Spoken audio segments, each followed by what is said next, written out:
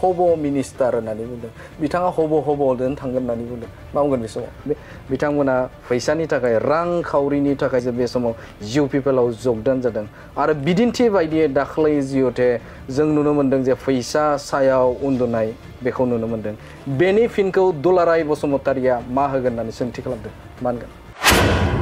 दुलाराय बर' फरायसा आफादनि हेंथायै बा बिनि अपोजिट साइडआव जायनो राजनिति खालामनो सेस्था खालामगोन बा खालामदों जारिमिनाव एबा बर्तमानाव बिथांमोननि राजनितिक भबिष्यतआ गोलाव नङा BPF नि पार्टी आरो सरकार सालायनायनि मन्त्रआनो जाहैबाय डिवाइड एन्ड रुल गुबुन गुबुन जाति हारिमुनि मानसिखौ गुबुन गुबुन राव रायग्रा धोरोम फालिग्रा हारिनि मानसिफोरखौ सोखावनानै बा बर'जों बर'नो गावजों गाव थुब्रा थुब्रि खावसे खावसे गावस्रा गावस्रि खालामनानै सोखावनानै दोनबाय थानानै बिथांमोना गादियाव जिरायनाय मोन्थोरखौ लादों डिवाइड एन्ड रुल बिथांमोना रायजो राजाखौ बुंगासिनो दे MP इलेक्शनाव देरहानाय लोगो लोगो जों सरकाराव दागोन बेथ' दिनैल' खोथा नंला खेबथाम खेब्रै खेबबा जालांबाय नै सरकार दानसैनो नै बायनोसै नै ओरै जासिगोन खिन्थु आं क्लियारलि दिनैनि समाव फोरमायनो हायो खुनु बेबायदि गैया राजखान्थियाव गणतन्त्रआवहाय सुबुं समाजाव मोसा थानो हाया जों नेचारेलि मोसानि केरेक्टारा मा रागा खरा गाव जेखौ सानो बेखौनो मावग्रा नङा होमबा डिक्टेटरशिप बायदि मोसानि केरेक्टार दा बिथांमोना जुदि बुंनो सानदों टाइगार इज बेक थ' डिक्टेटरशिप गावनिजोंल' सोलिग्रा बे फैफिनबाय नामा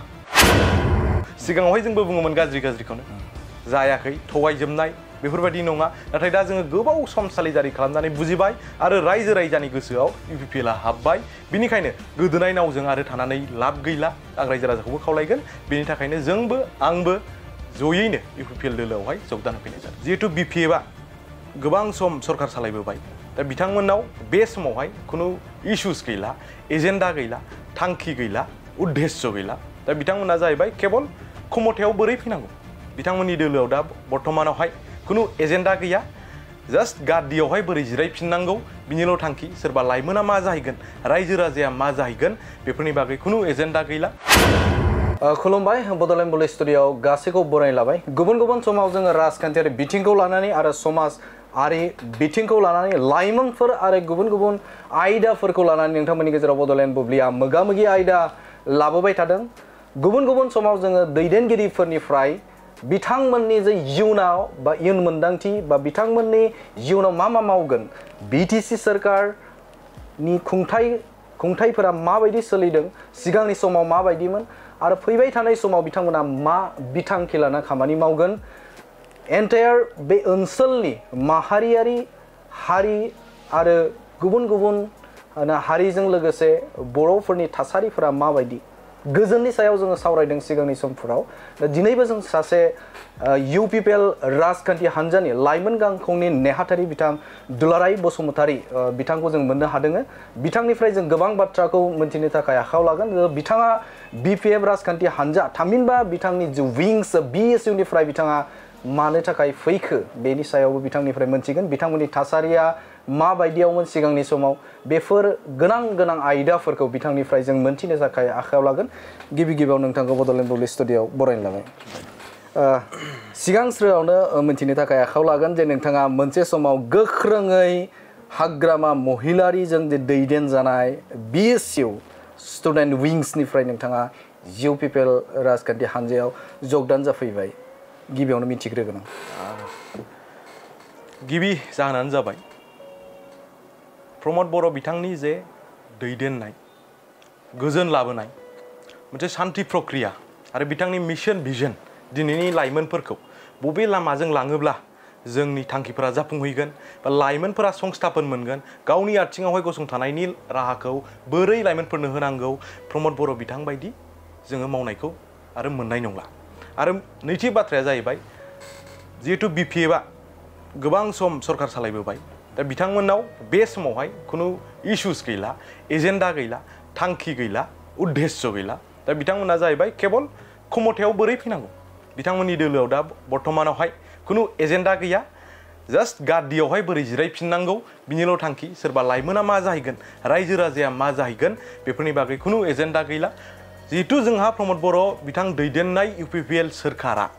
दा लाइमोनफोरनि थाखाय रायजो राजानि थाखाय समाजनि थाखाय हारिमु जौगाहोनो थाखाय गेलेयारि बिथिङावहाय जौगाहोनो थाखाय जितु खामानिखौ मावगासिनोखा आरो जितु मोनसे सान्थि प्रक्रियानि गेजेरजों फैनानै दा जेरैबायदि लाइनावहाय सोरखारखौ सालायनांगौ बे लाइनाव सालायगासिनो बिनिफ्राय साबसिन आरो युथ्सखौ बोरै आकर्षित खालामनो हायो थ' जोंबो बिथांनि मिशन भिजन आरो मावनाय जे सान्थि लाबोबाय बिथाङा दा बिथांखौ मोजां मोननानै जों आकर्षित जादों जों गोबाव सम सालिजारि खालामदों बिथांखौ सिगाङावहाय जोंबो बुङोमोन गाज्रिखौनो जायाखै थगायजोबनाय बेफोरबायदि नङा नाथाय दा जोङो गोबाव सम सालिजारि खालामनानै बुजिबाय आरो रायजो राजानि गोसोआव UPPLआ हाबबाय बिनिखायनो गोदोनाय नावजों आरो थानानै लाब गैला आं रायजो राजाखौबो खावलायगोन बिनि थाखायनो जोंबो आंबो जयैनो UPPL दोलोआवहाय जगदान होफैनाय जादों जों नुनो मोनदों नोंथाङा जिहेतु हाग्रामा महिलारिजोंनो खाथिथारावनो थानानै नोंथाङा खामानि मावदों आरो गुबुन फारसेनो BPF राजखान्थि हान्जानि दैदेनगिरिफोरजों नोंथाङा खाथिसिनाव थानानै खामानि मावदों आं मोनथिनो थाखाय आखायाव लागोन जाहाथे जों नुनो मोनदों समाजारि बिजोंफोराव जोङो ससियेल मिडियायाव जों नुनो मोनदों BPF राजखान्थि हान्जानि जे IT सेल बिथांमोना जे लिरनाय जों नुनो मोनदों जे बिथांमोननि बुंनाय बेवहाय जों नुनो मोनदों जे बेवहाय बिथांमोना बुङो जे टाइगार इज बेक होननानै बाथ्रा बुङो नाथाय गुबुन फारसेजों जों जुदि नोजोर होयोब्ला नोंथांमोनानो बुंदों जे BPF राजखान्थि हान्जानिफ्राय नागारनानै नोंथांमोना UPPLआव जगदान जादों आरो बै समाव नोंथांमोना बुंदों डेम'क्रेसि गैया होननानै बाथ्रा बुंदों MCLA बिथां जय मुसाहारियाबो बे बाथ्राखौनो बुंदों जे BPF राजखान्थि हान्जायाव डेम'क्रेसि गैया होननानै बुंदों थारैनो नैबे बिथिंखौ नोजोर होयोब्ला जिहते टाइगार इज बेक होननानै बाथ्रा बुंदों थारैनो बिथाङा टाइगार बायदि नामा डेम'क्रेसि गैमारा नामा जिहते नों सिं लेभेलाव थानानै खामानि मावदों मा बुङो बे समाव राजखान्थियाव गणतन्त्रआवहाय सुबुं समाजाव मोसा थानो हाया जों नेचारेलि मोसानि केरेक्टारा मा रागा खरा गाव जेखौ सानो बेखौनो मावग्रा नङा होमबा डिक्टेटरशिप बायदि मोसानि केरेक्टार दा बिथांमोना जुदि बुंनो सानदों टाइगार इज बेक थ' डिक्टेटरशिप गावनिजोंल' सोलिग्रा बे फैफिनबाय नामा दा बैखौ समाजा बोरै गनायगोन दिनैनि समावहाय समाजा जोंनि रायजो राजा आइ आफाया मोनसे सान्थि परिबेस लुगैदों गोजोनखौ लुगैदों आरो सोरबा बावहाय राजा बायदि फैनानै सासन खालामबावनो जुदि हास्थायदोंब्ला दिनैनि रायजो राजाया बेखौ एलाउ होआ दिनैनि रायजो राजाया बेखौ नासयदों बिनि थाखायनोथ' दिनैनि समाव BPFआ बेकफुटाव थानो गोनां जादों दा बेवहाय खुनु माने मोनसे राहा गैला जे BPFआ खुमथायाव फैफिननो बिथांमोना रायजो राजाखौ बुंगासिनो दे MP इलेक्सनाव देरहानाय लोगो लोगो जों सरकाराव दागोन बेथ' दिनैनिल' खोथा नंला खेबथाम खेब्रै खेबबा जालांबाय नै सरकार दानसैनो नै बायनोसै नै ओरै जासिगोन खिन्थु आं क्लियारलि दिनैनि समाव फोरमायनो हायो खुनु बेबायदि गैया आरो जोंनि NDAनि UPPLनि केन्डिडेट मानव गिदिर जयन्त बसुमतारिनि दैदेननाया गोबां भट लानानै जोंनि दा चेलेन्जआ देरहानाय जेननाय नंला बांसिन भट लानानै देरहानो हानायावसो फैबाय जों देरहाखाबाय अलरेडि दा जोंनि चेलेन्जआ मा जोङो आसामनि गेजेरावनो नर्थ इस्टनि गेजेरावनो जयन्त बसुमतारिखौ बांसिन भट मार्जिन लानानै देरहानोसो UPPL दोलोआ दा खामानि मावगासिनो दं जिहेतु बुंदों नोंथाङानो जे बुंदों जिहेतु नैबे समाव डेम'क्रेसि गैया होननानै बाथ्रा बुंदों जिहेतु सुबुंखान्थि जे सोलिया होननानै बुंदों BPFआव थारैनो बिथाङा गावनि बाथ्राखौल' बुङोमोन गुबुननि खोथा खोनासङामोन नङा जिहेतु नोंथाङा हाग्रामा महिलारिजोंनो सेरावनो थानानै खामानि मावदों मा बुंनाय समाव आं बांद्राय गोथौआव बुंनो थांला बेबायदि लाइनाव खामानि मावनायनि थाखायनो दिनैनि समाव बिथांनिनो आगदा आखाइ BTCनि सासे सागानगिरि मानव गेदेर चन्दन ब्रह्म बिथाङा बिथांनिफ्राय गोजान जालांनानै दिनै UPPL दोलोआव जगदान जाबाय बिथांनिनो MCLA सालबारि समस्तिनि मानव गेदेर जय मुसाहारि बिथाङा दिनै BPF दोलोआव जइन जाफैबाय मानो जइन जानांखो जुदि सासे गियानि केपासिटि गोनां मावनो हाग्रा जायहा कन्ट्रिबिउसन दङ दोलोआवहाय समान समानैनो सासे BTCनि सृष्टिकारि बिथांमोननि खोथाया जुदि सोलियाब्ला बिथांमोननि साजेसना सोलियाबा वान मेन आर्मि हिसाबै खामानि मावलांनो सानोब्ला बियो बोरै जागोन बेखौ गनायनो हाया दा बिनि थाखायनो दिनैनि समाव चन्दन ब्रह्म बिथां जय मुसाहारि बिथांमोनहा BPF नागारनानै थांनायनि जाथायफोर बिश्वजित दैमारि मानव गेदेर आथिखालनि बुंथिगिरि बिथां BPF नागारनानै थांनायनि जे जाहोनफोरा बेनो दे बेवहाय सासे मानसिनि साननाय हनायजोंल' बोरै सोलिलांनो दोलोआ सासे मानसिया मोनसे समावनो गासिबो खोथाखौ सानस्लाबनो हाया एखमबा डिसिसना भुलबो जायो सोरनिबा बोसोनखौबो लानांगौ जायो जुथाइ सोरखार सालायनाय समफ्राव दा बेफोरबायदि केरेक्टार गैयिनि थाखायनो नोंथाङा दहाय बुंदों जे टाइगार बे मोसा केरेक्टार बेखौ लानानै दोलोखौ सोरखारखौ सालायलांनायनि लामाजों थांनायावनो दिनै BPF दोलोआ जोबनाय लामायाव थांगासिनो दं अब्ला बे समाव डेम'क्रेसिया सोलिमारा BPF आव बुंनांगोन सोलियाखौनो बुंनांगोन आं मोनसे खोथाखौ बुंनो सानो BPF नि पार्टी आरो सरकार सालायनायनि मन्त्रआनो जाहैबाय डिवाइड एन्ड रुल गुबुन गुबुन जाति हारिमुनि मानसिखौ गुबुन गुबुन राव रायग्रा धोरोम फालिग्रा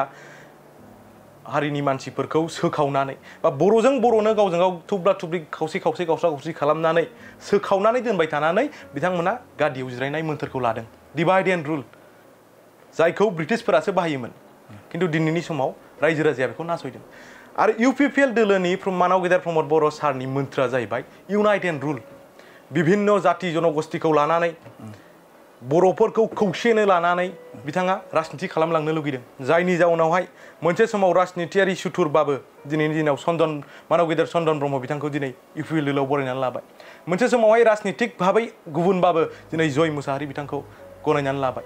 जोंखौ गनायनानै लाबाय मोनसे इनक्लुसिभ परिबेस जायाव बयबो थानानै खामानि मावनो हायो इउनाइट एन्ड रुल बिथाङा बे मोन्थोरखौ लानानै खामानि मावगासिनो दङ BPF नि डिवाइड एन्ड रुल पलिसि बाहायबाय थानायनि थाखायनो जोंनि ओनसोलाव जोंनि हालामाव गुबुन गुबुन जाति धोरोमनि मानसिखौहाय ज' खौसेयै लानानै खामानि मावलांनो हायैयावनो गुबुन बायदिसिना जाथाय जालांनो थांबाय बर'नि गेजेरावनो बर'जों बर' गोबां जाथाय जानानै थांबाय नाथाय दिनैनि समा बिदि गैला दिनै प्रमद बर' बिथांनि दैदेननायाव 100% नङाब्लाबो दिनै सान्थिया फैबाय जों बयबो गोसोनि साननायफोरखौ बुंनो हायो दिनै अपेन पलिटिकेल एक्सप्रेसन जों होनो हायो जों दिनै अबे पार्टी खालामनो गोसो बायदि खालामनो हायो जोंनाव दिनै गोजोन फैबाय कुनु हिंसायारि जाथाय जों नुनो थांला मेजर हिंसायारि जाथाय जोंनावहाय नुनो थांला दा बे जिहेतु इउनाइट एन्ड रुल पलिसिखौहाय जोंहा मानाव गेदेर प्रमद बर' सार बिथाङा आजावनानै खामानि मावलांगासिनो दङ बेखौनो आकर्षित जानानै दिनै लोब लोब लाइमोनजों लोगोसे रायजो राजा गुबुन गुबुन राव रायज्लायग्रा धोरोमनि सुबुंफोरा दिनै UPPL दोलोआव लोब लोब फैगासिनो दङ आखाइ हमफैगासिनो दङ जइन जाफैयाखैबाबो मरेलि जोंखौहाय समर्थन होगासिनो दङ मिथिनो थाखाय आखायाव लागोन जिहेतु दुलाराय बर' फरायसा आफाद जाय फरायसा आफादा बर' माहारिनि थाखाय खामानि मावो बर'नि थांनाय थैनायखौ लानानै जातिनि थाखाय हारिनि थाखाय मोनफ्रोमबो इस्युआव बिथांमोना बिहोमा होबोदों बा खामानि मावो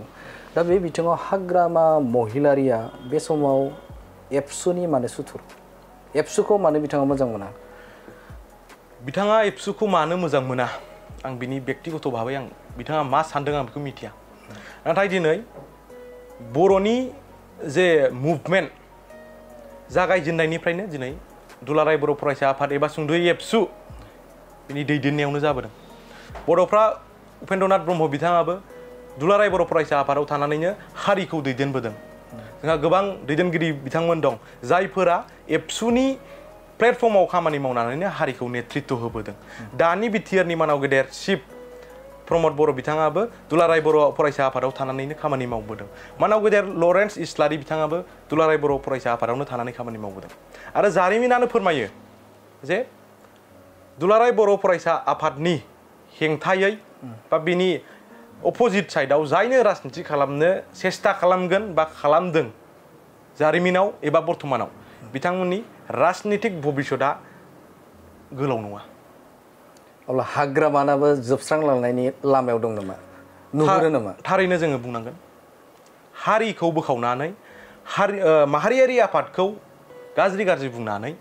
सोरबा हारिनि दैदेनगिरिखौ गाज्रि गाज्रि बुंनानै दिनैनि समाव राजनितिया जाला आरो दिनैनि समाव रायजो राजाया सोरनिबा मोजां गाज्रिखौ नायहरनो व्यक्तिगत जिबननि मोजां गाज्रिखौ बिजिरबाय थानो सम गैया दिनैनि बिटिआर सोरखारा इन्डिभिजुवेल बेनिफिसियारि स्किम्सफोरखौ बांसिन लानाय जों नुनो मोन्दों दिनैहाय माइनाव सोरां बिथांखिनि गेजेरजों गोबां आइजोफोरा दिनै लाभान्वित जादों बा मुलाम्फा जादों आलारि सोरां बिथांखिनि गेजेरजों दिनैहाय गोबां जोंनि दाब दाब गामिफोराव गिर्जा न' मन्दिर खेराइसालि बाथौ मन्दिर बा गुबुन जोंहा धार्मिक मोनसे अनुस्थान जोङो दिनै गायसंनो हादों दिनैहाय बिटिआर सोरखारनि नाजानायावहाय फार्मार्स प्रडिउसार जे एफपिसि होनो दिनैहाय 1,50,000 जोङो बिथांमोननो हरनो हादों दिनैहाय जोङो जोंनि बिटिआर हालामनि फ्रायै 10,000 सेल्फ हेल्प ग्रुपफोरनो जोङो दिनैहाय राङारि अनसुंथाइ हरनो हादों जोङो दिनै फरायसाफोरनो गियान सोरां बिथांखिनि गेजेरजों साफायाव 5,000 रां जोङो हरनो हादों बेफोरबायदिनो जोंहा इन्डिभिजुअल बेस्ट फ्लेगशिप स्किम्सनि गेजेरजों जोंनि रायजो राजाया दिनै मुलाम्फा मोनदों रायजो राजानो माखौ नांगौ रायजो राजाया क्ररपति जानो लुगैयाखै बिथांमोननि बेसिक रिक्वायरमेन्ट जेराव जायहा जिउ दैदेनलांनायाव गोनांथार बेखौ दिनै बिटिआर सोरखारा बानायना होगासिनो दङ लामा दालाङाथ' जालांगासिनोखा नाथाय दिनै इन्डिभिजुअल हिसाबैबो न'खरबो जोंहा दिनै मुलाम्फा मोनगासिनो दङ बुंनो थाङोब्ला जोंहा अरुणोदय न'खर मोनगासिनो दङ आरो आं बुंनो थांगोन मुलुगाव जेसेबां दावहा जादों हाखौ लानानैनो जादों दा दिनै जोंनि बिटिआर सोरखारा बेसेबा गोबाव उनावहाय हानि जेंनाखौ लासैनो सुस्रांलांगासिनो दङ फ्रायैनो सुस्रांजाबाय नोंथाङा साहा ओनसोलाव थांनानै सोंहै दिनै बिथांमोनहा जोबोद गोजोननाय फोरमायदों जे बिथांमोनहा हानि खामानिया हा फाट्टा मोनबाय बिथांमोननि गोसोआवहाय मोननाय मोननैखौ दोननानै जे बिथांमोननि हा फाट्टायादि जाबाय बिथांमोनहा बिनिफ्राय देरसिन गोजोननाय गैला होननानै जोंनो फोरमायहरदों मोनफा बेफोर बिदिन्थि नोंथांनिफ्राय आं मिन्थिगोन जिहेतु जों नुनो मोनदों जे बिटिसि आरो बिटिआर आथिखालनि बिटिआर बेवहाय फंसे बाथ्राखौ जों जुदि सुंथाबै जुदि बुङोब्ला बिपिएफनि गोबां दैदेनगिरिफोरानो इभेन बेवहाय मुनमुन ब्रह्म बिथाङाबो मोनसे समाव बुंदोंमोन बिटिसिआ जों लाबोनायसो होननानै बाथ्रा बुंदोंमोन थारैनो बिटिसिखौ बिथां हाग्रामा महिलारिजों लोगोसे बिपिएफआ लाबोनाय नङा बेवहाय रायजो राजाफोरा बिहोमा गैया नामा मा बुंगोन बे समाव बिटिसिआ सोरबा बेक्तिगत बा मोनसेल' संगठना लानानै फैनाय मोनसे राजनितिक सेटआप नङा बिटिसिआ जोंनि बर' रायजो राजानि नाजानायावहाय बर' रायजो राजानि बलिदानावहाय जोंनि बर' माहारियारि आफादफोरनि जुजिनायावहाय मोननाय मोनसे जोंनि फिथाइ गोलाव सम आन्दालन खालामनायनि मुंख्लंफोरनि बर' रायजो राजानि गावनि जिउखौ बावसोमनायनि गावनि समखौ बावसोमनायनि सुप्रिम सेक्रिफाइस होग्रा बिथांमोननि अबदानाव जानाय मोनसे जोंनि आन्दालननि फिथाइ बावहाय सोरबा सासे सानै बेक्तियाल' लाबोनाय बियो नङा बिथांमोनहा बुंनो सानदों बिपिएफआ बिटिसिखौ लाबोदों बिटिसिआथ' 2003आवसो जादों बिपिएफआ माला जोनोम जाया 2005 दा बिथांमोनहा बोरै लाबोनो हाखो आरो बिथांमोनहा बावदों नामा रायजो राजानि कन्ट्रिबिउसनखौ गावसोर लाबोदों होननानै रायजो राजानि सुप्रिम सेक्रिफाइसखौ बलिदानखौ मुंख्लंफोरखौ अपमान खालामनो सानदों नामा थ' गतिके बिटिसिआ सोरबा हारसिंल' बा मोनसेल' संगठना लाबोनाय नङा बिटिसिआ रायजो राजानि नाजानायावहाय रायजो राजानि बलिदानजों मोननाय मोनसे फिथाइ दा बुंनायनि जाहोना मा बे बिथांमोना जे बुङो जे गावसोरनो लाबोनाय होननानै बे बाथ्राखौ बुङो आरो बेखौ लानानैनो बुंनाय नुदों बिक्रम दैमारि कास्टम बसुमतारी बिथांमोना बुंदों जे गोहोखौ फानजुबबाय बिपिएफआ लाबोनाय गोहोखौ फानजुबबाय बिटिसिखौ जों सोरजिनाया बे समाव फानजुबबाय होननानै बाथ्रा बुंदों आसाम स्टेटनो हरबाय होनना बुंदों डिसिनो हरबाय होननानै बुंदों मा बुंगोन बिथांमोनहा दिनैनि समाव जिहेतु राजनितिक एजेन्डा गैला डेभेलपमेन्टनि एजेन्डा गैला लाइमोनफोरनि थाखाय एजेन्डा गैला बेबायदिनो नंखाय जाय बुस्थुआ सैथोता गैया बास्तब बिथायाव खुनु बिनि सैथोता गैया बेखौ लानानै बिथांमोनहा रायजो राजानि गेजेराव हाबनो सेस्था खालामदों दे जोंनाव जेबो इस्यु गैला आरो जों माखौ लानानै रायजो राजानाव हाबबावनो बिथांमोनहा इस्युसखौ एजेन्डासखौ नागिरनानै मोनाखै बिनि थाखायनो बिथांमोनहा नंखाय भुवा गोहो थांफिनबाय जोंसो लाबोनाय बेफोरबायदि नंखाय बानसावनानै रायजो राजानि खाथियाव बिथांमोनहा गावसिनि दोलोआव भट होनो बिथांमोननियो माने कनभिन्स खालामनो नागिरदों नाथाय दिनैनि समाव बिथांमोनहा जुदि बेजों रायजो राजाखौ फुस्लायनो हागोन सानदोंबा बे बिथांमोननि गोरोन्थि दिनै रायजो राजाया साग्रिद जाबाय सांग्रां जाबाय मोजां गाज्रि बिजिरनो रोंबाय बे समाव बिथांमोननि बेफोरबायदि एजेन्डासा जेबो खामानि होआ आरो बियो बिथांमोननि गादियाव जिरायनो मोनसे नेगेटिभ प्रपेगेन्डा बुंनायखौ नुनो मोनबावदों बिसायख'थि फोसावदिं मेलावनो बिथांमोना बुङो जे फंसे बाथ्राखौ जे बिथांमोना बुङो जे बे समाव बिटिआर गोजोन गोरोबथा जाखांनायनि उनाव रन्जन दैमारिया जेलाव थाबाय रन्जन दैमारिजों लोगोसेनो गोबां दैदेनगिरिफोरा 52 जन सा 52 जननिबो सायाव बे समाव जेलाव दङ आरो बेनि अनगायैबो गोबां केसेसफोरा बे समाव नांनानै दङ बारग' एनडिपिफोरनाव दा बेफोरखौ बख'नो थाखाय बिपिएफनाव भट हो आरो बेनि अनगायैबो बिपिएफनि नैबे एनडिबिफोरनि जे दैदेनगिरिफोरनि जेंना जेंगोनाफोरखौ सुस्रांनो थाखाय थिसनथाइ होनायनि थाखाय लाइमोनफोरनो साख्रि होनायनि थाखाय बे समाव BPF नो भट होननानै बुंदों थारैनो बिथांमोना बे खामानिखौ मावनो हागोन नामा जोंनि दावहारु बिथांमोनखौ दावहारु जोहोलावफोरखौ लानानै राजनिति गेलेनाय बा राजनितिक बिथिङावहाय खोथा बुंनाया थिग नङा बियो थिग नङा बिथांमोनहा गोलाव सम जुजिबोदों बिटिआर सुक्ति जानायनि सिगांनो मानाव गेदेर रन्जन दैमारि बिथाङा अलरेडि कनभिक्टेडमोन गोबां खोथाखौ राजुहुवा भाबै हारि हिसाबै बुंजाया दा आं बेखौ बुंगोन बिथांमोननि केसआ जिहेतु सिगां जानायमोन बियो खेबसेयैनो जोबनानै थांग्रा बुस्थु नङा BLTनि केसआबो खेबसेयैनो जोबनानै थाङाखै लासैयै मोनसे समसिमासिमाव जोबलांगोन जोंनि बिटिआर सोरखारा बेखौ लासैनो सलुसनसिम लांगोन आंहा बेयाव फोथायनाय दं नाथाय आङो दावहारुफोरनि खोथाखौ लानानै दावहारुफोरनि इस्युसखौ लानानै राजनितियारि मुलाम्फानि थाखाय बेफोरबायदि खोथा बुंनायाव आङो सेहमत नङा बहाय आंनि गनायथि गैया बिथांमोना सुप्रिम सेक्रिफाइस होदों बिथांमोननि थाखाय जोङो खामानि मावलांनांगौ बिथांमोनखौ जोङो संस्थापन खालामफिननांगौ दा बिटिआर सोरखारा सेन्ट्रेल गभर्नमेन्टआ बिथांमोननो 4 लाख करियै अनसुंथाइबो होदों दा दावहारुफोरखौ लानानै राजनितियारि बिथिङावहाय बाथ्रा बुंनाया थिग नङा आरो आं बेखौ बुंनो साना नोंथांनिफ्राय मोनथिगोन जिहेतु नोंथाङा हाग्रामा महिलानि खुंथायखौबो नोंथाङा मोजाङैनो मिथिबाय प्रमद बर'नि 3 बोसोर खुंथायखौबो नोंथाङा मोजां मिथिबाय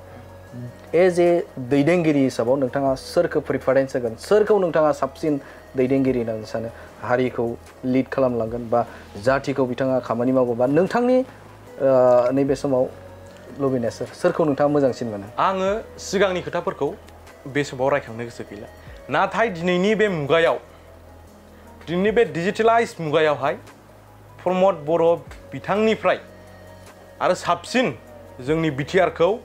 जोंनि हारिखौ नेतृत्व होलांनो हानाय व्यक्ति जोंनि जायगायाव आं दा नुथ'वाखै दा बेनिखायनो जोङो साफ्रोमबो हारि हिसाबै खौसे जानानै जोङो राजनितिक बिथिङाव आवगायलांनांगौ जोंनि बर'नि पलिटिकेल एक्जिस्टेन्सखौ जोङो माबोरै लाखिनो हागोन जों बिनि थाखाय खामानि मावनांगौ दा प्रमद बर' बिथांनि पलिसि बायदियै थाङोब्लासो जोंनि बर'नि पलिटिकेल एक्जिस्टेन्सआ थाहैगोन राजनितिक बिथिङाव जों जाफुंसारहैगोन समाजारि बिथिङाव जों जौगाहैगोन दिनै बिथांनि दैदेननायाव हारिमुवा मोनसे बेसेबाबा गोजौ मर्यादासिम सफैबाय रावा बेसेबा गोजौ मर्यादासिम सफैबाय बिथाङा एग्रिकालचारेल फिल्डआव जोबोद गोसो होनायखौ जों नुनो मोन्दों बिथाङा कालचारेल फिल्डआव गोसो होनायखौ जों नुनो मोन्दों आरो बिसेसकै एडुकेसन आरो स्पर्ट्स गले गले बुंनांगोन नुफेराखैमोन बा सानफेराखैमोन दे जोंनि क'क्राझार सोहोरनि खाथियाव थानाय साइ फिल्डआव बेफोरबायदि बेसेबा गोजौ मर्यादानि ISPL मोनसे स्पर्ट्स इभेन्ट बिदि जानानै थांगोन शक जादों सोमोनांदों दिनै दे जोंनि खुंथाय गावारि खुंथायाबो बिटिआरआबो बेफोरबायदि मोनसे लेभेलनि स्पर्ट इभेन्ट लाबोनो हाबाय बेवहाय जोंनि लकेलनि गोबां गेलेगिरि बिथांमोनहा सुबिदा मोन्दों बिदिनो जोङो स्पर्ट्स फिल्डआवहाय गेलेनाय फिल्डआवहाय गोबां गोसो होनायखौ जों नुनो मोनगासिनो दङ आरो एडुकेसन जोंनि दा मानाव गेदेर प्रमद बर' दैदेननाय बिटिआर सरकारनि समाव खुनु फांफुं बायदिसिना मेला जानायखौ जों नुनो मोननाय नङा माखौ नुनो मोनगोन जोंनाव एडुकेसननि मेला जागोन जोंनाव गियान होनो थाखाय जोंनाव मेला जागोन जोंनाव हारिमुखौ जौगाहोनो थाखाय थुनलाइखौ जौगाहोनो थाखाय मा लानांगौ मा प्रग्राम लानांगौ बे प्रग्रामा जोंनाव जागोन लिटारेरि फेस्टिभेल जानानै थांबाय नलेज फेस्टिभेल जानानै थांबाय बेफोरो मोनफा मोनफा बिदिन्थि दे जोंनि समाजा लासैनो गुस्लायबोगासिनो दङ खोमसि मुगाखौ गारनानै जोङो सोरांथिं आवगायलांगासिनो दङ बेफोरनो मोनफा मोनफा बिदिन्थि जिहेतु नोंथांनिफ्राय मोनथिगोन बे समाव BSUआव दा सोर थाबोखो जाखिनि मेजर रल प्ले खालामग्रा दैदेनगिरि दंमोन जोंखौ लाफानानै बिथांमोनाथ' गैलायानो दा सोरबाफोर थाबोबावदोंब्ला बिथांमोनहाबो माने बै मख'जालायनाय अबस्थायाव गैला आं बिथांमोननि बारै गोलावै बुंनो सानला नाथाय मिरु दैदेनगिरि गैयाबा गुदिया गैयाबा बिजौआ बोरै थांनानै थागोन आं बेखौल' बुङो गोख्रों दैदेनगिरिफोरा थामहिनबा जाय मैखोमै खामानि मावग्राफोर बे जोबलांबायबा दिनै समाव फाउन्डार्सफोर जा दंमोन बे जोबलांनो थांगासिनो दङ सेन्ट्रेल हिसाबैथ' फ्राय जोब्बायानो डिस्ट्रिक्ट हिसाबै जोंहा चिरां जिल्लानि BSUनि मानाव गेदेर गाहाय नेहाथारि बिथाङा फैबाय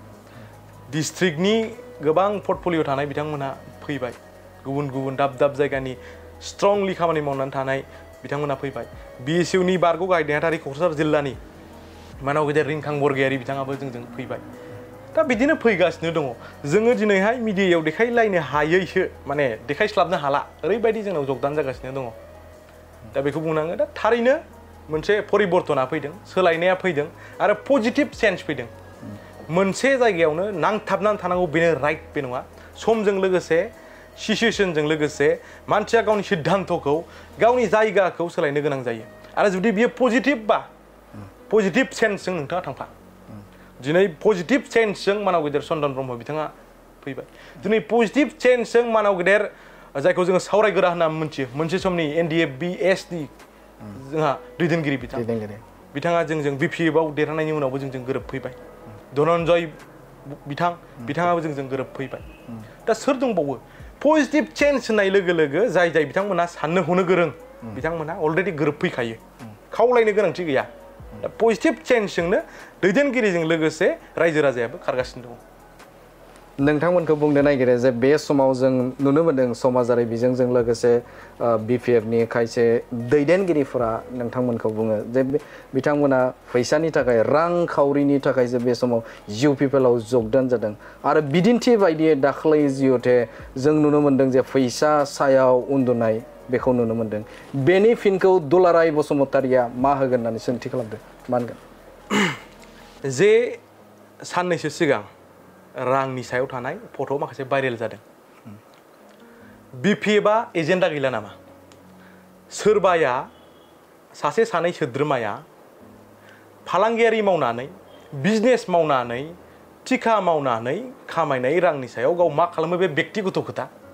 सोरबाया फालांगिरि मावनानै गारि बायदों सोरबाया फालांगि मावनानै हटेल लुदों न' लुदों माने गावनि बेक्तिगत जिबनावहाय मा खालामो बे गावनि धोन सम्पथिखौ लानानै बे गावनि बेक्तिगत खोथा दा बिथांमोनहा जेबो इस्यु गैयिनि थाखायनो जेबो डेभेलपमेन्टेल टपिकनि सायाव बिथांमोनहा बाथ्रा बुंनो हायिनि थाखायनो जे बिदि नेहात माने मोनसे एकदम डाउन ट्रडेन लेभेलसिम राजनिति खालामनो बिथांमोनहा गोनां जादों नाथाय दिनैनि रायजो राजा बिथांमोनहा बेफोरबायदि बेक्तिगत पार्सनेल एटेक होनानै राजनिति खालामनाय बा जेरा राजनितिजों दोलोजों खुनु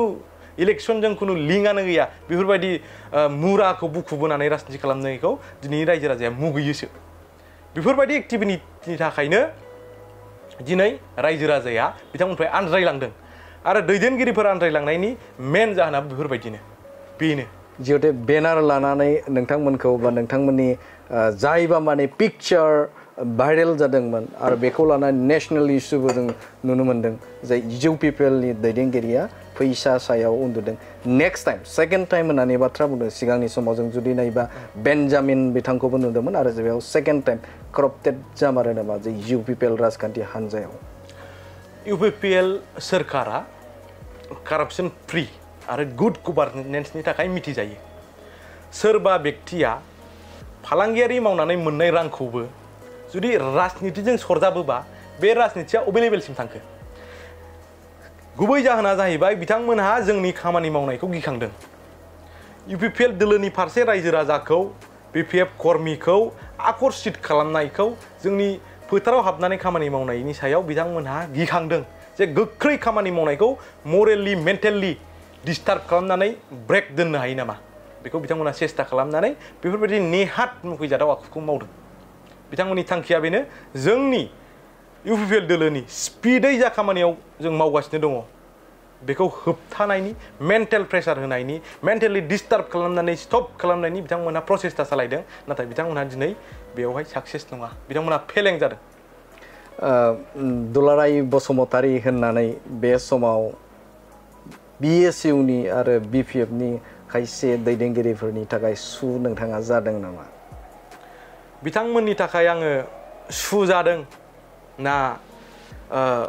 गुबुन माबा मोनसे जादों मोजां जादों गाज्रि जादों बेयो बिथांमोननि बेक्तिगत खोथा आं दिनै UPPL दोलोआव हाबबाय जों जिहेतु समाज आरो दोलोनि थाखाय खामानि मावग्रा मानसि जों दिनै दोलोनि थाखाय सान हर खामानि मावथाबदों दोलोखौ गोख्रोंसिन खालामनायाव जों रायजो राजाखौ बा जायफोर BPF आव बा गुबुन गुबुन दोलोआव थाबोदोंमोन बिथांमोनखौ जोङो जयैनो लानानै दिनै UPPL दोलोआवहाय जातिनि सार्थआव दोलोनि सार्थआवहाय गुड गभार्नेन्स जायफ्रा प्रमद बर' बिथांमोना होगासिनो बिथांमोनखौ आरो गोख्रोंसिन खालामबावनो थाखाय जों दिनै खामानि मावनायाव नांथाबदों दा बिथांमोनहा बे खामानि मावनाया सुजादों ना माबा हाखर जादों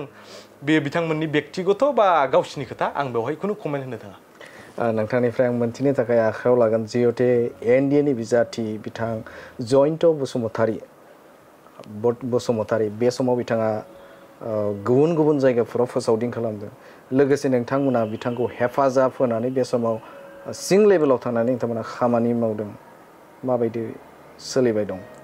खोब पजिटिभ साहा ओनसोलावहाय लाइमुथि दादगारि बेंटल खुद मानाव गेदेर बिपिएफनि बिजाथि खाम्फा बरगयारि ओनसोलावबो जोङो हाबसो सिं सिं हाबसोनानै मोनसे मोजां थासारियाव जोंनि खामानिया सोलिगासिनो दङ रायजो राजाया जोंनि बिटिआर सोरखारनि खामानि मावनायफोरखौ फोरमायथि होनायाव बिथांमोनहा कनभिन्सड आरो बिथांमोनहा जोबोद गोजोननाय दङ बिसेसकै गोलाव सम जायो इस्युआ पेन्डिं जानानै थाबाय थादोंमोन हानि जेंना बिथांमोनहा हानि जेंनाया सुस्रांजानायनि सायाव गोबां ओरैबायदि गोजोननाय दङ बेखौ जोंनो फोरमायहरगासिनो बिथांमोनहा खोब मोनसे पजिटिभ वेयावहाय चिरां क'क्राझार गसाइगाव बाक्सा खोब मोनसे पजिटिभ रिस्पन्स जों मोननो थांगासिनो दङ बेहाय बुंनो नागिरो जे बिपिएफ राजखान्थि हान्जानि दैदेनगिरिफोराबो बे बाथ्राखौ बुङो जे 2 निफ्राय 3 लाख भट मोननानै खाम्फा बरगयारिया देरहासार जागोन होननानै बुङो आरो गुबुन फारसेजों जयन्त बसुमतारी थामहिनबा नोंथांमोन UPPL बे समाव बिथांमोनाबो बुङो जे 2 निफ्राय 3 लाख बा 3 निफ्राय 4 लाख मोननानै देरहासार जागोन रियेलिटिया मा बिथां जयन्त बसुमतारीया UPPL निल' नङा इन्डियानि बिजाथि जोंहा इन्डियायावहाय बिजेपि जाय जोंनि भारत हादरखौनो खुंगासिनो दङ बिजेपि जाय जोंनि आसामखौनो खुंगासिनो दङ एजिपि जाय दोलोआ मोनसे जोंनि आसामनि रिजनेल दोलो आरो बिटिसिआव प्रभाब दङ जोङो मोनथामजों लोगो नांनानै सासे बिजाथि फोजोंदों बिथाङानो जाबाय मानाव गेदेर जयन्त बसुमतारी दा जुदि बिपिएफआ बुंदों 2 लाख 50,000 भट लानानै बिथांमोना देरहागोन बांसिनाव देरहागोन बियो मोनसे सानबोलावरि नंखाय सिमांसो बिथांमोनहा उन्दुनानै नुदों ना सिखारनानै नुदों बे बिथांमोननि सिमांसो बियो माब्लाबाबो मोगथां महर मोनहैनाय नङा सैथोआ बेनो जोंनि इन्डियानि UPPL दोलोनि मानाव गेदेर बिजाथि जयन्त बसुमतारीया जोंनि आसामावनो बयनिफ्रायबो बांसिन भट लानानै देरहासार जानो थांगासिनो दङ बेवहाय जुजिनायनि बाथ्रा फैगोन नामा जुजिनायनि बाथ्रा फैला अलरेडि जोंहा दोलो हिसाबै जे साननाय जे मोनसे केलकुलेसन बेवहाय जों मोनहैखाबाय आरो बिपिएफ दोलोनि खुनु मेथामेटिक्सआ खुनु अंकआ देरहानायसिम मिलायहैला दिनै UPPL दोलोआ अलरेडि नाम्बार 1 पजिशनाव दंखायो आरो बेखौ गाख्लायहैनायनि केपासिटियाव आरो खुनु गुबुन बिजाथिया गैला जों नुनो मोनदों बिपिएफ राजखान्थि हान्जाफोरखौ गुबुन गुबुन समाव बिथांमोना लाइमोनफोरखौ लानानै मोनसे थुलुंगा बाथ्रा बुंनायखौ नुनो मोनदों जे बिथांमोना पावाराव फैफिनोब्ला लाइमोनफोरनो थिसननाय होगोन होननानै बाथ्रा बुंदों जेरै साख्रि बाख्रि होगोन होननानै बाथ्रा बुंदों आरो गुबुन फारसेजों बे समाव बिटिआरनि खुंगिरि प्रमद बर'आ लाइमोनफोरनि थिसनथायनि थाखाय मोनसेबो साख्रि बिथांमोना मोनसेबो थिसनथाय होनो हायाखै होननानै बाथ्रा बुंदों नोंथाङा सासे लाइमोननि नेहाथारि महरै खामानि मावबाय थादों लाइमोनफोरखौ बबे दिगजों लांनो नागिरदों बिपिएफआ जे बुंनाय राव लाइमोनफोरखौ थिसनथाय होगोन बायदिसिना होगोन बियो मोनसे नंखाय प्रतिश्रुति बा नंखायै फोलानानै लाइमोनफोरखौ बिथांमोना गावसिनि दोलोआव लाबोनायनि मोनसे भुवा प्रतिश्रुति नंखाय फोथायनाय होनानै लाइमोनफोरखौ बिथांमोना दिनै गोदाव सोराव गोजाव होनो सेस्था खालामगासिनो दङ आरो जेखौ बिथांमोना एलिगेसन लाबोदों बे बिटिआर सोरखारा दिनैसिम साख्रि होआखै बिथांमोनहा अफिसाव रेकर्ड दिहुननानै नाय दिनैसिम साबेसे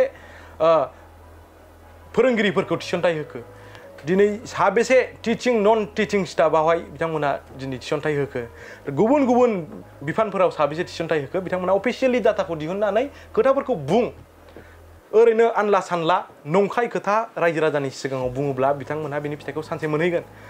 आरो दिनैनि समाव जे प्रमद बर' बिथांनि बिटिआर सोरखारा जे साख्रि थिसनगासिनो दङ गदसेबो रां होआलासिनो थाइसेबो थाखा घुस होआलासिनो बिथांमोनहा दिनै मोनसे मेरिट बेसिसाव जयगथा बेसिसावहाय बिथांमोनहा दिनै साख्रिखौ मोनदों मोनसे समाव मा परिबेस दंमोन साख्रि माने माथि बिक्रि होननाय राव फैबायमोन जे रां होआबा साख्रिखौ मोना बे फोथायनाया रायजो राजानाव फैबायमोन नाथाय दिनै सान्ति सुक्ति जाखांनायनि उनावहाय प्रमद बर' बिथाङा दोलोखौ दैदेनलांनायनि उनावहाय दिनै साख्रि होसोग्रानि सानखोआबो बांदों मानोना दिनैनि दिनाव जोंनि जे गुड गभार्नेन्स बिटिआर सोरखारनि बे सोरखारावहाय कुनु सासे व्यक्तिया रां होनानै साख्रि लादों मोनदों होननो हानाय बेवहाय मानसि गैया थ' गुड गभार्नेन्सआ जोंनाव दिनै फैगासिनो दङ लाइमोनफोरा जायखौ हास्थायदों गुड गभार्नेन्स बेयो जों दिनै फैगासिनो दङ आरो प्रमद बर' बिथांनि जे थुलुंगाखांनाय जे हाबाफारिफोर लागासिनो दङ दा बे हाबाफारिफोर लाखांनायनि उनावहाय आरो कुनु बुजिनो हानाय लाइमोनफोरा थाबोबावगोन आं बेखौ सानला मोनसे एनालाइज नोंथांनिफ्राय आं मोनथिनो थाखाय आखायाव लागोन जे हाग्रामा महिलारिया 17 बोसोराव दिनैसिम थामहिनबा जेब्लासिम 2020 सिम बिथाङा सोरखार सालायबाय बिटिसिनि जौगाथायनिफ्राय लानानै गुबुन गुबुन बिथिङा बिथाङा खामानि मावबोबाय बे लेभेलाव बिथाङा मावदों दा प्रमद बर'आ 3 बोसोर जाबाय फैगौ 15 बोसोरसिम थामहिनबा 17 बोसोरसिम माबायदि दिगजों प्रमद बर'आ लांनो हागोन होननानै नोंथाङा सानो आङो मानाव गेदेर बिपिएफनि आफादगिरि जुदि सम होयोब्ला मानाव गेदेर बिपिएफनि आफादगिरि हाग्रामा महिलारिया मावथ्राखै होननानै आं बुङा मावदों मोनसे समसिम थिगैनो दंमोन लासैनो लाबोदोंबो सम लायो डेभेलपमेन्टेल संस्थाफोर लाबोनायावहाय इनस्टिटिउसनफोर लाबोनायावहाय सम लायो बिथाङा मावबोदों मोनसे समसिम लाबोदोंमोन मोनसे समसिम थिगैनो दंमोन आं एथ' गोथौसिम थांला नाथाय दिनैनि समावहाय बिथांनि समजों रुजुनो हाला दिनै मोनसे सान्ति सुक्तिनि गेजेरजों मोनसे सान्ति परिबेस फैबाय आरो जिहेतु सुक्तियाव थानाय सुक्तिखौ मावफुंजोबनो थाखाय सम नांगौ दिनै बे सुंद' समावहाय जाय सेरावहाय नै सरकार सिफायनोसै नै ओरै खालामसै मोनसे सरकारखौ एवथुबाय थानाय खामानि जेरावहाय बिथांखौ डिस्टार्ब होबाय थादों जेरावहाय कर'ना कालजों बिथाङा भुगिबोनांदों बिथाङा बुंनो थाङोब्ला 3 बोसोरावहाय 1 बोसोर खावसे 1 खावसे बोसोर समखौल' बिथाङा खामानि मावनो मोन्दों मोजाङै बेसे सुंद' समावनो बिथाङा गोबां दिनै संस्था लाबोबाय इनस्टिटिउसन्स लाबोबाय जोंनि रावा मोनसे लेभेलसिम गनायथि मोनहैबाय दिनै बिटिसि सुक्तिया 2003 जादोंमोन नाथाय बड'लेण्ड इउनिभारसिटिया बबे समाव जाफुंफैया दिनै सिआइटिआ बबे समाव जाफुंफैया दिनै बिनेश्वर ब्रह्म इन्जिनियारिं कलेजआ बबे समाव जाफुंफैया स' एकर्डआव थानायब्लाबो मावफुंहैनो मोनसे सम नांगौ समा लाखागोन सम नांगौ आरो 1.5 बोसोराव प्रमद बर' बिथाङा जाबायदि खामानि मावबाय बिथांनो आरो 15-17 बोसोर होनांगौब्लाथ' आरो बाव माने ओरैबायदि डेभेलपमेन्ट जाहैगोन बेखौ खुगाजों फोरमायनो हाया सुइजारलेण्डनिखौ मा डिफारेन्स बिबुंथि होगोन नोंथाङा बिथाङा सुइजारलेण्ड बुंनाय मानि सुइजारलेण्ड हादोर बादि माने गुसु बिबार बादि जाजोबथारबाय बे बिथांनि बुंनायनि मिनिङा बे नङामोन सुइजारलेण्ड बुंनायनि मिथिङानो जाहैबाय सान्ति दिनै नोंथाङा सुइजारलेण्ड हादराव गोजोन माने हिंसायारि जाथाय खोनायो नामा सान्ति गोजोनै बयबो हारि माहारिनि गेजेराव अनलायनानै थानो हानाय मोनसे परिबेस मोनसे हालाम बेजों रुजुनानै बिथाङा बुंदोंमोन सुइजारलेण्डआ जितु सान्ति जोंनि बिटिआरआबो बेयाव थांनांगोन बिथाङा बुंदों सिटि अफ पिस क'क्राझारखौ सुक्ति जाजेननाय समावहाय क'क्राझारा गोजोनमारमोन नामा गोजोनथारमोन नामा नङामोन ना बिथाङा मोनसे नेरेटिभ लाबोबाय गाज्रिखौ गाज्रि होननानै रायबाय थाब्ला गाज्रि जालाङो होननानै मोनसे जोंना बर'आव गैया होमबा गाज्रिखौ बांद्राय गाज्रि बुंबाय थाबा गाज्रिसिन जालाङो सुद्रायनोबो सेस्था खालामनांगौ जे जाहारि हिंसायारि जाथायजों जोंनि ओनसोला मिथिजायोमोन बेखौनो बिथाङा सिटि अफ पिस होननानै क'क्राझारखौ फोसावबाय फोसावनायनि उनावहाय दिनै नायफैदो मा परिबेस मोनफैखो स' मोनसे नेरेटिभ क्रिएट खालामबाय मोनसे भिजन थानांगौ मोनसे प्लेन पलिसि दानांगौ खामानिखौ मावलांनो थाखाय दा बिथांनाव बियो पारफेक्टलि दङ आरो बे खामानिखौ इमप्लिमेन्ट खालामलांनो थाखाय बिथाङा सासे जयग' आरो पारफेक्ट व्यक्ति 17 बोसोराव अब्ला सोलायथायखौ गोबां लाबोनायनि मोनसे आसा दं नामा सोलायनाया अलरेडि फैगासिनोखा आरो जिहेतु दा लाइमोनजों लोगोसे जोंनि रायजो राजाफ्रा जाबादि जोंनि बिटिआर सोरखारखौ प्रमद बर' दैदेननाय UPPL दोलोखौ जाबायदि समर्थन होगासिनो दङ बिथांनि सोरखारा गोलाव समसिम थांगोन आरो बै समसिमाव जोंनि हारिनि ओनसोलनि हालामनि हारिमुवारि समाजारि थुनलाइयारि गोबां जेंनाफोरा सुस्रांजालांगोन आरो जोंनि लाइमोनफोरा मोनसे गावनो गाव गसंनो हानाय सास्टेनेबल डेभेलपमेन्टआ मोनसे जाहैगोन आंहा बेखौ मिजिं दङ जुदि चन्दन ब्रह्मनिफ्राय लानानै जय मोसाहारी आरो बेनि अनगायैबो जोङो गोबां एमसिएलएफोरा नर्थ इस्टनि जे टाइगार जायखौ जोङो बुङोमोन बिथां बिश्वजित दैमारियाबो बिपिएफ नागारबाय सम्भावना दंबावो नामा जे बिपिएफनि खायसे नेताफोरा बे समाव UPPL बा गुबुन दोलोआव बास्लायनायनि मोनसे सम्भावना दं नामा? थारैनो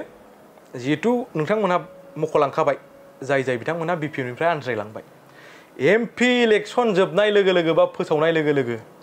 नोंथाङा सानथावनो हायै दैदेनगिरिफोरा जोंनि फिल्डआव फैगासिनो दङ। जोङो नुनो मोनदों बिथां चन्दन ब्रह्म बिथांखौ जेब्ला UPPL राजखान्थि हान्जायाव जेब्ला जगदान खालामदों जगदान खालामखांनायनि उनावनो बिथांनि एलिगेसन गोबां नुदों आरो बिथांखौ मोनसे खोथाखौ लानानै बाथ्रा बुंनायखौ जों नुनो मोनदों हब मिनिस्टार होननानै बुंदों बिथाङा हब'दों थांगोन होननानै बुंदों मा बुंगोन बे समाव? आंबो नुदों दा बिथांखौ जे हब मन्त्रि होनदों हब माने मा हब'आ मोनसे असमिया सोदोब हब माने जागोन नङा होमबा हब माने जागोन दा हब जायाबा खामानिफ्राव जागोन जायाबा न हब जानांगौ नामा न हब माने नेगेटिभ हब माने जागोन बिथाङा खामानिखौ जाहोनो सेस्था खालामो बा जाहोनायनि लामायावहाय बिथाङा खोथा होयो बा खामानिखौ मावो जागोन हब माने जागोन न हब माने जाया बे मोनसे एसामिस शब्द नङा होमबा जुदि बिथांमोना होनदों हब मन्त्रि जागोन मन्थ्रियाथ' पजिटिभ मोनसे राव न हब मन्त्रि जानांगौमोन नामा बिथांमोननि बायदिबा बिथांमोना जेब्लायबो नेगेटिभखौसो हास्थायो नामा हब माने जागोन न हब माने जाया दा हब माने जागोन जागोनखौ बिथांमोना नेगेटिभआव मानो लानांगौ जागोन नालाय मावफुंलांगोन दा बिथांमोना जेब्लायबो बेबायदि नेगेटिभै लांबाय थानायनि थाखायनो नेगेटिभ सिन्थाधारा लांबाय थानायनि थाखायनो दिनैनि समाव बिथांमोना गोबां दैदेनगिरिखौ खोमानो गोनां जादों आरो दोलोआ जायनि जाउनाव दुरबलसिन जालांबाय थानायखौ नुनो मोनदों। आरोबाव दुरबल जाबावगोन नामा? बेबायदि साननाय हनायजों थांबाय थायोब्ला मोनसे समावथ' जोबस्रांनायनि लामासिम फैगोन। सिंगल दोलल' थागोन नामा रिजनाल दोल नैबे BTC आव UPPL थागोन नामा? दा जाबादि मोनसे ट्रेन्डिं थांगासिनो दङ बेबायदिनो खारबाय थायोब्ला गावसिनि प्लेन पलिसिखौ जुदि सोलायाब्ला थारैनो नोंथां बुंनाय बायदि सिंगेलै थांनो थांगासिनो दं। लाइमोन भटार्सखौ मा खावलायगोन से नं क'क्राझार लकसभानि जे लाइमोन भटार्सफोर दङ जिहेतु प्रमद बर'आ जौगाथायनि आरो लाइमोनफोरनि थाखाय खामानि मावदों नोंथाङा मख'बाय बे समाव मा खावलायगोन भटार्सफोरखौ लाइमोन भटार्सफोरखौ? आं बेखौनो खावलायगोन लाइमोन हिसाबै बबेबा मोनसे दोलोखौ समर्थन होनो बै दोलोआव हाबसोनानै खामानि मावथारनांगौ बे नङा नोंथांमोनहा नोंथांमोननि भटनि गेजेरजोंबो नोंथांमोनहा राजनितियाव बाहागो लानो हायो आरो आं बिथांमोनखौ नैबे जे फैगौ बिसायख'थि बेवहाय आं बाहागो लानो खावलायदों बिसेसकै फार्स्ट टाइम भटार्स जिहेतु जोंनि बिटिआर सोरखार मानव गेदेर प्रमद बर' दैदेननाय जि सोरखार बे सोरखारा लाइमोनफोरनि थाखाय गोबां बिथांखि लागासिनो दं आङो मोनसे मख'नो लुबैगोन सिड स्किल्ड एमप्लयमेन्ट मोनसे जे एन्टारप्रेनारशिप डिपार्टमेन्ट एक्सट्राखै जे मानव गेदेर प्रमद बर' दैदेननाय बिटिआर सोरखारा जागायबाय जायनि गेजेरजों जोंनि युथफोरखौ स्किल खालामगोन मावनो हानाय खालामगोन नङा होमबा जेरै जोंनि लाइमोनफोरा सोलोंथाइखौ लादों नंगौ नाथाय गुबुन गुबुन फिल्डआव बिथांमोनहा स्किल्ड बा सेमि स्किल्ड जोंनि युथफ्रा एसे खम दा जोंनि जायगायाव जुदि माबा मोनसे इन्डास्ट्रि लाबोनांगौ जायोब्ला इन्डास्ट्रि फैयोब्ला माबा मोनसे संस्था फैयोबा इनस्टिट्यूशन फैयोबा माबा मोनसे खामानि फैयोब्ला जोंनि मानसिया स्किल्ड जानांगोन नंगौना नङा दिनै जोंनि जायगायावहाय गुबुन गुबुन टेक्निकेल खामानिखौ गुबुन जायगानिफ्राय फैनानै मावगासिनो दङ दिनै जोंनि गेजेरावहाय फ्लाइओभार बायदिसिना बानायनायफोरखौ बबेबा गोजान जायगानिफ्राय फैनानै दिनै मावनो बाध्य जागासिनो दं मानोना जोंनि जायगानि मानसिफोरा स्किल्ड मानसिफोरा एसे खम जोंनि जायगानि मानसिफोरा एडुकेटेड जाबाय गियान गोनां जाबाय सोलोंथाइखौ लाबाय नाथाय गुबुन गुबुन फिल्डआवहाय खामानि मावनो थाखाय दासिमबो एथबां स्किल्ड नङा दा बे डिपार्टमेन्टनि गेजेरजों प्रमद बर' बिथाङा लाइमोनफोरखौ स्किल्ड खालामनानै गुबुन गुबुन बिथिङाव बिथांमोनहा एंगेज खालामनानै गाव गावनि जिउखौ गोजोनै खुंलांनो बेबस्था खालामना होनो एबा राहा मोनसे खालामना होनो बिथाङा बे थांखिखौ लागासिनो दङ बिनिखायनो जाय सोरखारा जाय दैदेनगिरिया लाइमोनफोरनि थाखाय सानदों लाइमोनफोरनि खोथाखौ बुजियो जाय बिथाङा फरायसा आफादाव गोलाव सम खामानि मावनानै फैबाय बिनिफ्राय साबसिन फरायसाफोरनि खोथाखौ आरो सोर बुजिनो हाबावगोन बिथांमोना बेफोर खोथाखौ साननांगोन आरो आं फोथायो जे बिथांमोना जे बुजिखानाय रोंखा राखा लाइमोनफोर बिथांमोना बुजिगोन आरो बुजिनानै जोंनि UPPL दोलोआवनो मानाव गेदेर जयन्त बसुमतारीनो टेक्टारनि सावगारियावनो भटखौ होगोन होननानै आङो मोनसे आसा दङ मिजिं दङ नंगौ बिथाङानो जादोंमोन UPPL लाइमोन गांखंनि नेहाथारि बिथां दुलाराय बसुमतारी बिथांनिफ्राय जों गोबां बाथ्राखौ मोनथिनो मोनबाय बा बिथाङा फोरमायना होबाय नोंथांमोननो जे आथिखालनि जे सोरखार UPPL सोरखार थामहिनबा प्रमद बर'नि दैदेननाय जे सोरखारा माबायदि थासारियाव सोलिबाय दं आरो बिथांमोननि खामानि मावनायफोरा माबायदि आरो गुबुन फारसेजों नोजोर होयोब्ला बिथांनिफ्राय जों मोनथिबाय जे हाग्रामा महिलारिनि जे खुंथाय गोहो बा बिथांमोना माबायदि सरकार सालायलांदोंमोन बेनि सायाव मिथिबाय BSUनि थासारिफोरखौबो जों बिथांनिफ्राय मिथिबाय लाइमोनफोरनि थाखाय बे समाव BTR सरकारा मा बिथांखि लादों बेनि सायावबो बिथांनिफ्राय गोबां बाथ्राखौ जों मिथिबाय बिसायख'थिनि सोमोन्दै थामहिनबा NDAनि बिजाथि जयन्त बसुमतारीनि आथिखालनि थासारिया भटार्सफोरनि बिबाङा माबायदि जानानै दङ बेनि सायावबो बिथांनिफ्राय गोबां बाथ्राखौनो मोनथिनो मोनबाय नैबे समाव नोंथाङा जे जोंनो बड'लेण्ड बुब्लिनो नोंथांनि बेसेन गोसा समखौ दान्दिसे जोंनो फैबाय बेनि थाखाय नोंथांखौ साबायखर आंबो नोंथांमोनखौ आंखौ हांख्रायनानै बेवहाय खावलायनानै लाबोनानै जे समखौ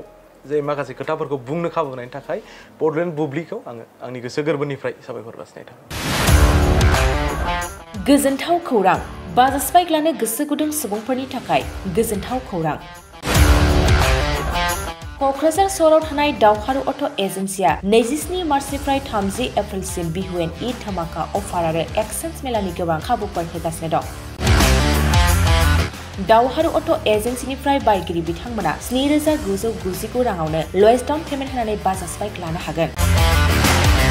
दावहारु अट' एजेन्सि श'रुमजों लोगोसे कारिगाव फेस्टिभ आउटलेट आरो दतमा फेस्टिभ आउटलेट आरो भटगाव फेस्टिभ आउटलेट ब्रान्च श'रुमाव होबाय थानाय बिहु एन्ड ईद धमाका अफार आरो एक्सचेन्ज मेलायाव फैनानै नोंथांनि लुबैनाय बाजाजनि बाइकखौ लांफैनो हागोन बाजाजनि बाइक सालायनो मोजां मोनग्रा रायजो राजाफोरनि थाखाय दावहारु अट' एजेन्सि श'रुमा बेनि अनगायैबो गोबां मोजां अफार लाबोदों बेफोर अफारफ्रानो जाबाय जेरै helmet free 5 litre petrol free आरो गासैबो मडेलनि एक्सचेन्ज खाबुआ एभेलेबल जागोन आरोबाव गुबुन मोनसे मोजां खाबुआ जादों 500 रां होग्रोनानै गोसोबादि बाइकखौ नोंथाङा आवगायना दोननो हागोन गोबां बाथ्रा मिथिबावनो थाखाय 6000388822018193 जानबुं नाम्बारनि गेजेरजों खौरां लाहरनो हागोन